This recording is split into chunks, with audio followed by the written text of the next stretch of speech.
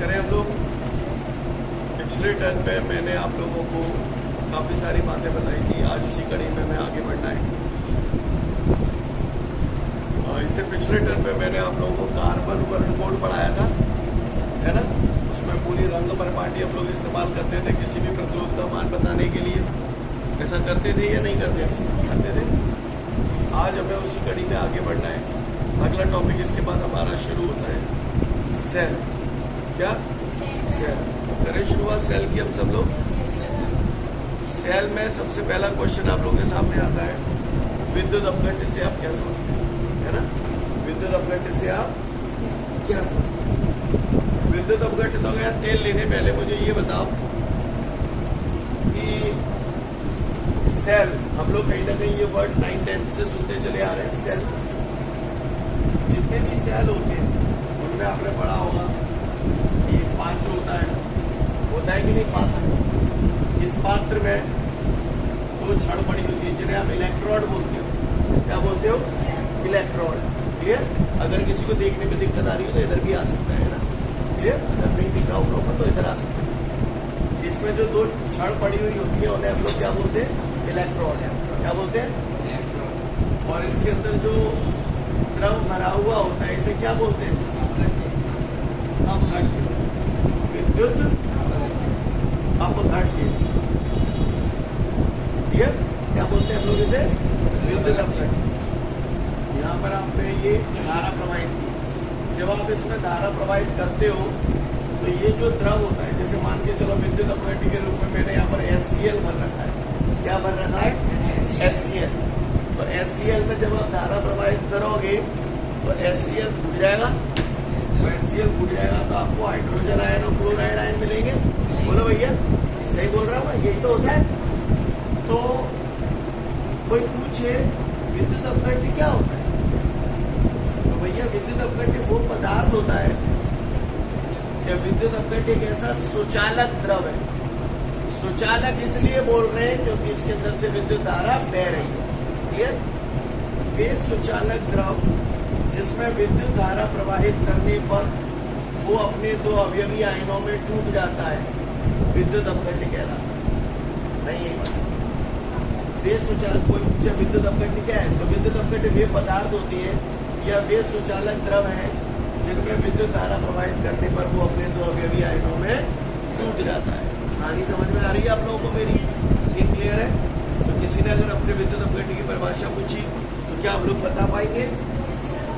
बोलो भैया, scene clear है सभी को? एक बार फिर से बोल रहा हूँ। किसी ने पूछा विद्युत अपघट्य से आप क्या समझते हैं, समझाइए। तो मुझसे बोलेंगे विद्युत अपघट्य वे सुचालक द्रव है जिनमें विद्युत धारा प्रवाहित करने पर वो अपने दो अवयवी आयनों में टूट जाते हैं। सीन क्लियर है सभी को? किसी ने पूछ लिया विद्युत अपघट्य से आप क्या समझते हो, आप बता पाएंगे? पढ़ लो एक बार इसे, विद्युत अपघट्य की परिभाषा फटाफट। विद्युत अपघट्य के बाद हमारे सामने अगला प्रश्न है, विद्युत अपघटन से आप क्या समझते हैं? क्लियर? विद्युत अपघटन से आप क्या समझते हैं? तो विद्युत अपघटन क्या है? एक विधि है और इस विधि में हम लोग क्या करते हैं, किसी सुचालक द्रव के अंदर विद्युत धारा प्रवाहित करते हैं। और जब विद्युत धारा प्रवाहित करते हैं तो क्या होता है? सुचालक द्रव होता है जो विद्युत अपघट्य होता है वो अपने दो अवयवी आयनों में टूट जाता है। क्लियर है? किसी ने पूछा विद्युत अपघटन से आप क्या समझते हैं, तो विद्युत अपघटन एक विधि है जिसमें जब किसी सुचालक द्रव में विद्युत धारा प्रवाहित की जाती है तो वो विद्युत अपघट्य अपने दो अवयवी आयनों में टूट जाता है। या ऐसे बोल दो, विद्युत अपघट्य में विद्युत धारा प्रवाहित करने पर उस विद्युत अपघट्य का दो अपने अवयवी आयनों में टूट जाना विद्युत अपघटन कहलाता है। समझ में आ रही है बात? क्लियर है? क्या कहलाता है? विद्युत अपघटन कहलाता है। पढ़ लो एक बार, समझ जाओगे सब।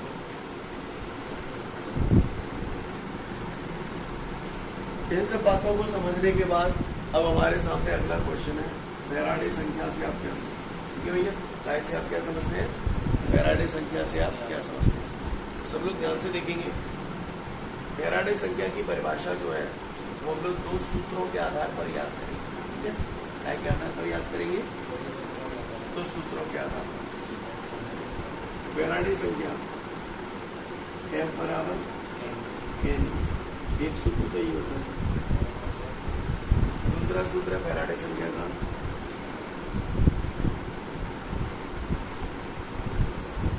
F बराबर W अपॉन 4। ये दो सूत्र है फैराडे संख्या का। आप कोई भी एक सूत्र, हालांकि कोई बहुत ज्यादा नहीं है एक्चुअली, ये पार्ट आप लोग केमिस्ट्री में भी पढ़ते हैं अगर आपने सुना हो, है ना। केमिस्ट्री में पढ़ा है आपने ये कि नहीं पढ़ा?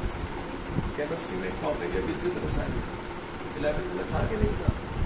या तो 11th में होता है या 12th में होता है, पूरा टॉपिक है ये, उसमें पढ़ाया जाता है खैर।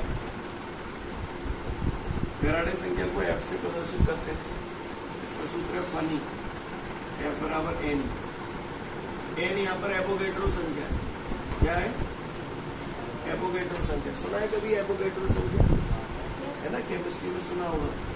एक मोल गैस में अणुओं की संख्या 6.023 गुणा 10⁻23 होती है कि नहीं होती? बोलो भैया। एवोगैड्रो संख्या का मान होता है, पता होना चाहिए आपको। इलेक्ट्रॉन पे आवेश। तो किसी ने पूछ लिया अगर हमसे कि फैराडे संख्या से आप क्या समझते हैं, तो आप बोलना फैराडे संख्या का मान एवोगैड्रो संख्या तथा इलेक्ट्रॉनिक आवेश के गुणनफल के बराबर, या ऐसे बोल दो एवोगैड्रो संख्या तथा इलेक्ट्रॉनिक आवेश के गुणनफल को फैराडे संख्या कहते हैं। समझ में आएगा? या फिर इसकी दूसरी परिभाषा आप इसके आधार पर दोगे। क्लियर? रासायनिक तुल्यांक, W को रासायनिक तुल्यांक बोलते हैं और Z को विद्युत रासायनिक तुल्यांक। रासायनिक तुल्यांक तथा विद्युत रासायनिक तुल्यांक का अनुपात एक नियतांक होता है जिसे फैराडे संख्या कहते हैं। या फिर फैराडे संख्या का मान किसी विद्युत अपघट्य के रासायनिक तुल्यांक तथा विद्युत रासायनिक तुल्यांक के अनुपात के बराबर होता है। क्लियर? कुछ भी बोल दो चलेगा, सूत्र के आधार पर दोनों में से कोई एक परिभाषा भी अगर आपको याद रहेगी तो चलेगा, कोई दिक्कत नहीं। समझ में आ रही बात? इस टाइप की चीजें कोटी वगैरह में आ जाती है। आपको बता दूं, एक फैराडे का मान होता है 96,500 कूलम। याद होना चाहिए, ओटी में आ सकता है। क्लियर? एक फैराडे बराबर कितना होता है? 96,500 कूलम। हो सकता है केमिस्ट्री में पढ़ा हुआ। क्लियर है? तो जल्दी से फटाफट इसको देखो, पूछूंगा परिभाषा, पढ़ लो अच्छे से ऐसे। अगला प्रश्न हम लोगों के सामने, विद्युत सेल से आप क्या समझते हैं, समझाइए, बताइए कितने प्रकार के। सभी लोग ध्यान से देखिएगा, सब लोग। एक बात बताओ,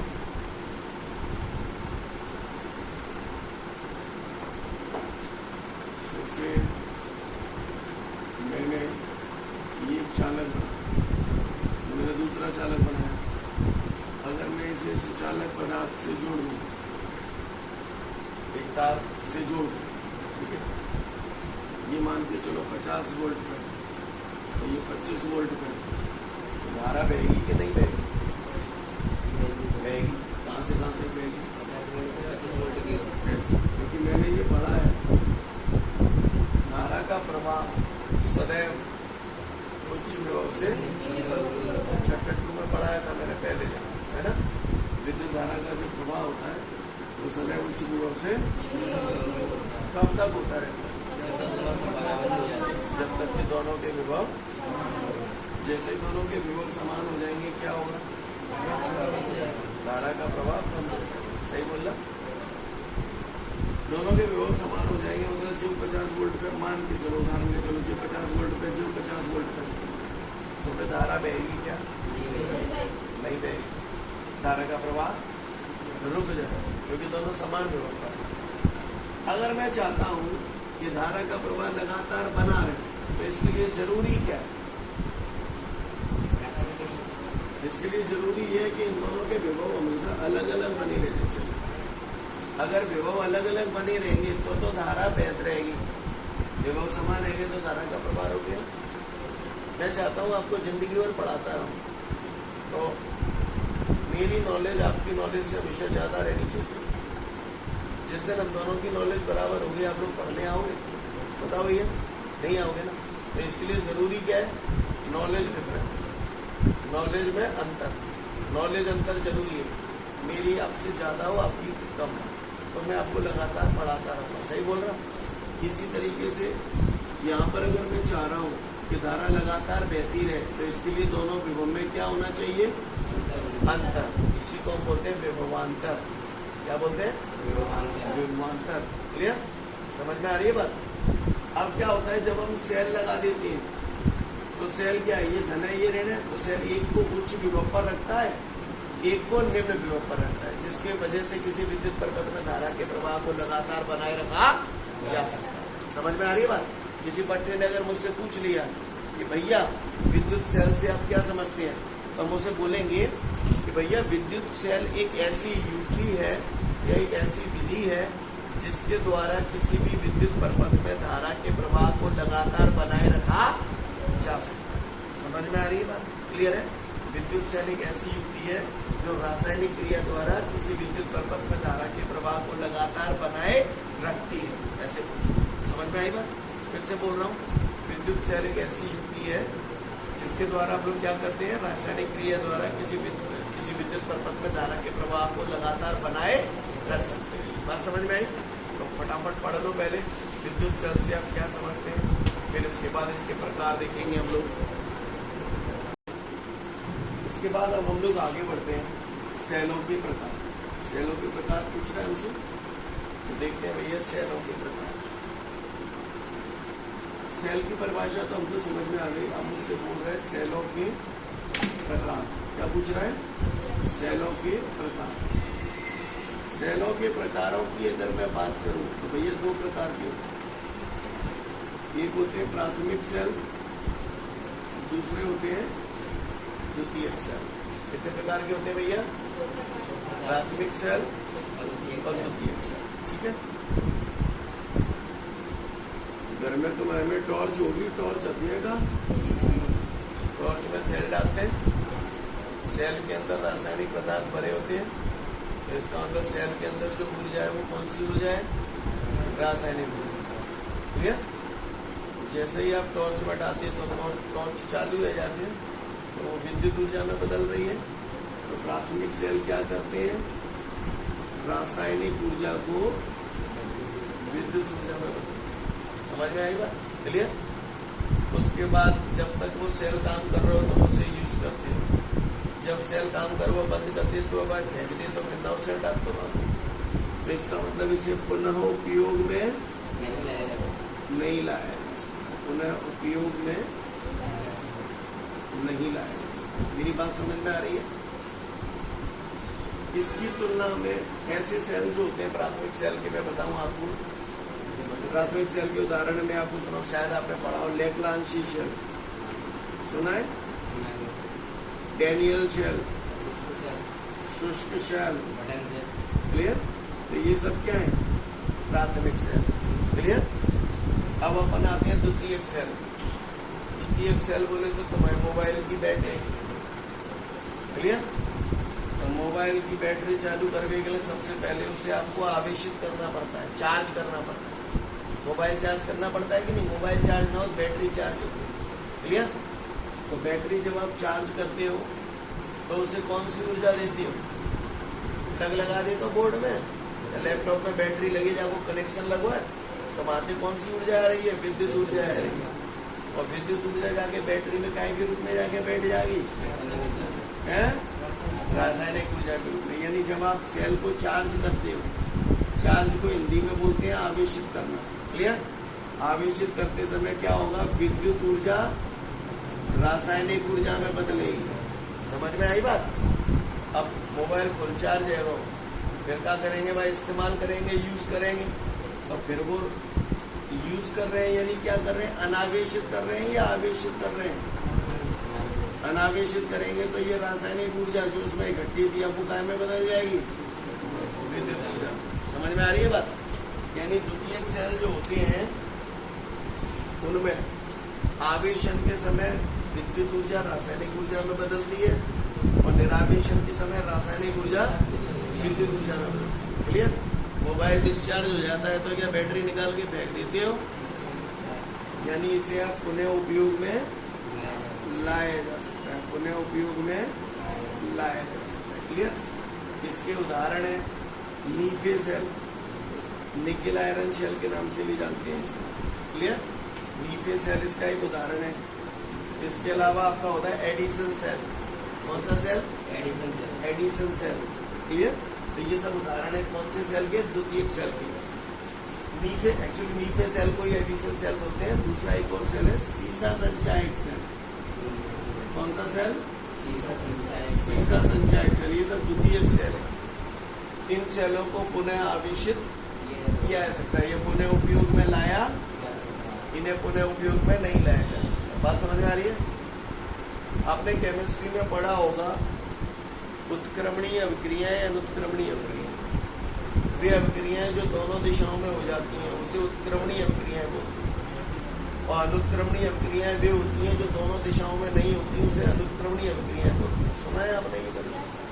समझो, जैसे पानी अवक्रमणीय अभिक्रियाओं में आप ऐसे चिन्ह लगाते थे, अगर आपने केमिस्ट्री में पढ़ा होता है। ऐसे बोलो, ऐसे भी हो जाएगी, ऐसे भी हो जाएगी। उदाहरण देता हूँ, जैसे पानी का बर्फ में बदलना और बर्फ का पानी में बदलना, तो ये उत्क्रमणीय अभिक्रिया है। ठीक है? पेट्रोल से धुआं बनना, धुएं से पेट्रोल बनना। तो हमें मालूम है पेट्रोल से धुआं तो बन जाएगा, धुआं से पेट्रोल नहीं बनेगा। तो ये कैसी अभिक्रिया हुई? अनुत्क्रमणीय। अब आप गौर से देखो, द्वितीयक सेल में क्या हो रहा था? विद्युत रासायनिक विद्युत ऊर्जा रासायनिक ऊर्जा में बदल रही थी और फिर रासायनिक ऊर्जा विद्युत ऊर्जा में बदल रही थी। तो इसका मतलब इसमें होने वाली रासायनिक अभिक्रियाएं कैसी होंगी? उत्क्रमणीय। और इसमें अनुत्क्रमणीय। कौन सा बढ़िया है? जो ज्यादा बढ़िया है क्योंकि इनसे ज्यादा धारा मिलती है। ये घटिया है क्योंकि इनसे कम धारा मिलती है। समझ में आ रही है मेरी बात? तो मैंने जो रामायण चिल्लाया घंटे भर तक, अभी प्राथमिक सेल और द्वितीयक सेल क्लियर है आप लोगों को? क्लियर है? अब आपको जवाब देना है। जवाब दोगे? जो पूछूंगा जवाब देना, सोच समझ के जवाब देना। ठीक है? आपको जवाब देना है प्राथमिक सेल या द्वितीयक सेल कौन सा होगा। ठीक है? मैं भाषा बोल रहा हूँ। इसे पुनः आवेशित किया जा सकता है, द्वितीयक सेल। इसे पुनः आवेशित नहीं किया जा सकता। इसमें केवल रासायनिक ऊर्जा विद्युत ऊर्जा में बदलती है। और कौन से सेल में आवेशन के समय विद्युत ऊर्जा रासायनिक ऊर्जा में बदलती है? द्वितीयक सेल। और निरावेशन के समय रासायनिक ऊर्जा विद्युत ऊर्जा में बदलती है। सीसा संचायक सेल उदाहरण है द्वितीयक सेल। मीफे सेल उदाहरण है द्वितीयक सेल। द्वितीयक सेल। मीफे सेल भी द्वितीयक सेल का उदाहरण। क्लियर? और लेक्लांशी सेल या डैनियल सेल उदाहरण है। इसमें होने वाली रासायनिक क्रियाएं अनुत्क्रमणीय होती हैं। प्राथमिक सेल। इसमें होने वाली रासायनिक क्रियाएं उत्क्रमणीय होती हैं। इसे पुनः उपयोग में नहीं लाया जा सकता। पढ़ लो फटाफट प्राथमिक सेल और प्रकार पढ़ लो सेलों, और उसी के बाद अंतर भी दिया होगा वो भी पढ़ लेना। तो यहाँ तक हमारा सेलों के प्रकार क्लियर हो गए। उसके बाद जो नोट था वो भी क्लियर हो गया और प्राथमिक सेल और द्वितीयक सेलों में अंतर भी क्लियर हो गया। अगले टर्न पे हम लोग इससे आगे बढ़ेंगे। क्लियर?